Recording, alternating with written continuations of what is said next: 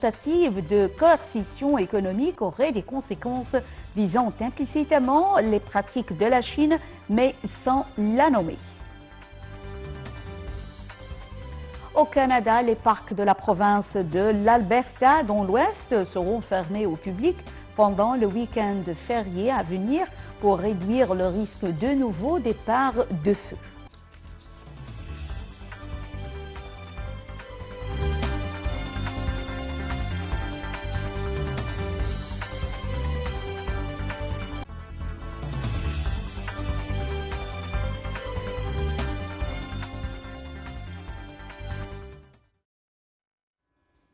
Les nouvelles en détail, et commençant par le président Abdel Fattah el-Sisi qui a regagné le Caire après sa participation au 32e sommet arabe à Jeddah en Arabie Saoudite. Le président el-Sisi a souligné lors du sommet que la préservation de l'État national et le soutien de ses institutions est un devoir et une nécessité de la vie future des peuples et leur capacité, soulignant que la sécurité arabe est un ensemble indivisible. Les détails dans ce commentaire signé Randa Ahmed et Shrif Boussela. Le président Abdel Fattah el-Sisi a mis en garde contre cet état de polarisation internationale qui est devenu une menace au système de mondialisation. La région passe des conditions critiques menaçant l'avenir aussi bien que le présent, ce qui nous inflige la nécessité de protéger les institutions nationales. Ce fait est devenu une question vitale et indispensable, a-t-il martelé dans l'allocution prononcée au sommet arabe de Jeddah.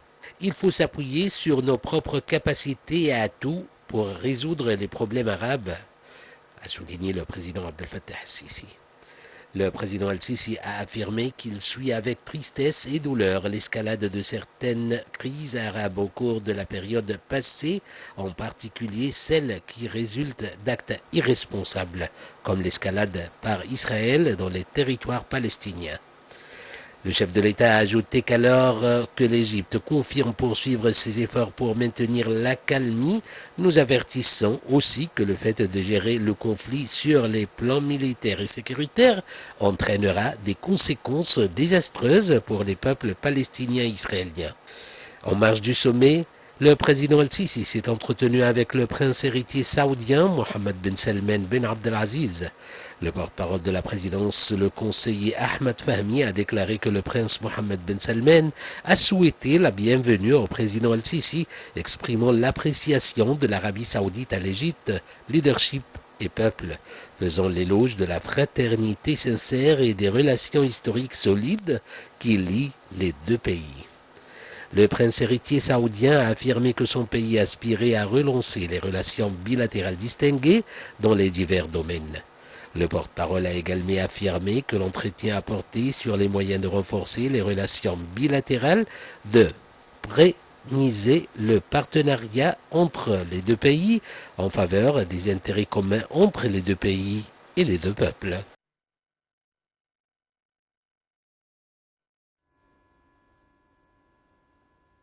Le Premier ministre, Dr Moustapha Madbouli, s'est entretenu avec le ministre de l'Électricité et de l'Énergie renouvelable, Dr Mohamed Chekir, pour suivre un certain nombre de dossiers du ministère. Lors de la réunion, les efforts du ministère pour attirer plus d'investissements au secteur de l'énergie et maximiser la participation du secteur national et étranger dans les projets concernant le domaine de l'énergie renouvelable ont été passés en revue. La position exécutive des stations électriques a été également examinée. À cet égard, le Premier ministre a mis l'accent sur l'intérêt que le secteur de l'énergie reçoit, soulignant la facilité offerte par l'État pour attirer plus d'investissements locaux et étrangers envers ce secteur prometteur.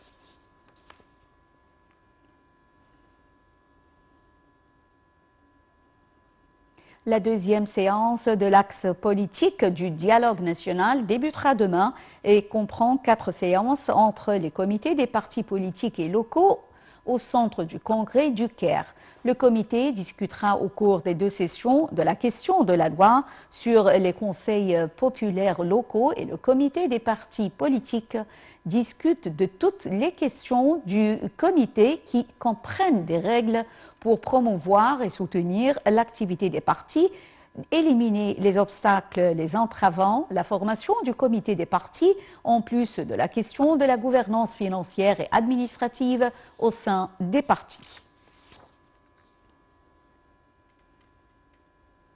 Et passons au Soudan où le Croissant Rouge égyptien a tenu une conférence de presse élargie en présence de la ministre de la Solidarité sociale, Nivine Qabbaj, du président de la mission de l'Union européenne, du directeur exécutif du Croissant Rouge et du représentant résident du PNUD en Égypte.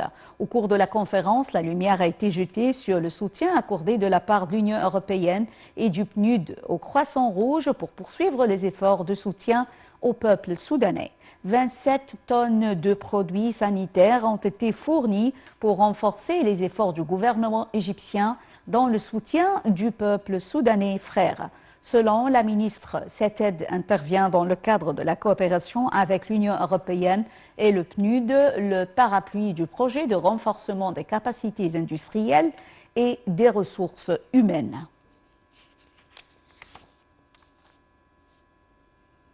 L'Agence internationale de l'énergie atomique, AIEA, a alerté aujourd'hui sur le risque d'un grave accident nucléaire à la centrale de Zaporizhia, occupée par les forces russes en Ukraine, en pleine évacuation d'une ville voisine où vivent la plupart des employés, et sur la situation potentiellement dangereuse autour du site.